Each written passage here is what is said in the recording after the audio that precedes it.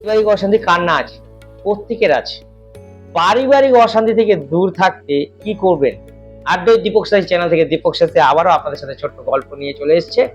পারিবারিক অশান্তি দূরে রাখবেন কি করে? পারিবারিক অশান্তি কার মধ্যে নেই? প্রত্যেকের বাড়িতে পারিবারিক অশান্তি আছে। যদি বাস্তু ঠিক থাকে পারিবারিক অশান্তি ঠিক থাকবে। অশান্তি হবে না। আপনার বাস্তুটাকে আগে দেখিয়ে নেবেন কোনো বাস্তু এক্সপার্টকে দিয়ে। আমাকে তো দেখাতে পারেন। হয়তো কোনো অন্য কাউকে দিয়ে দেখাতে পারেন, আমাকে দিয়ে দেখাতে পারেন, এরকম কোনো মানে নেই। যদি বাস্তু ভালো থাকে তাহলে আমি যে টিপসটা দেবো তাতে আপনার পারিবারিক অশান্তি দূরে চলে যাবে। কি করবেন? একটা পাত্রের মধ্যে বা একটা বোতলের মধ্যে যে স্প্রে করা যে বোতলগুলো থাকে তার মধ্যে গঙ্গা জল নেবেন, গোলাপ জল নেবেন, 5টা লবঙ্গ, 3টে দুব্ব, 3টে এলাচ, 1 টুকরো কর্পূর আর একটু নুন আর 1 টুকরো ফিটকারি।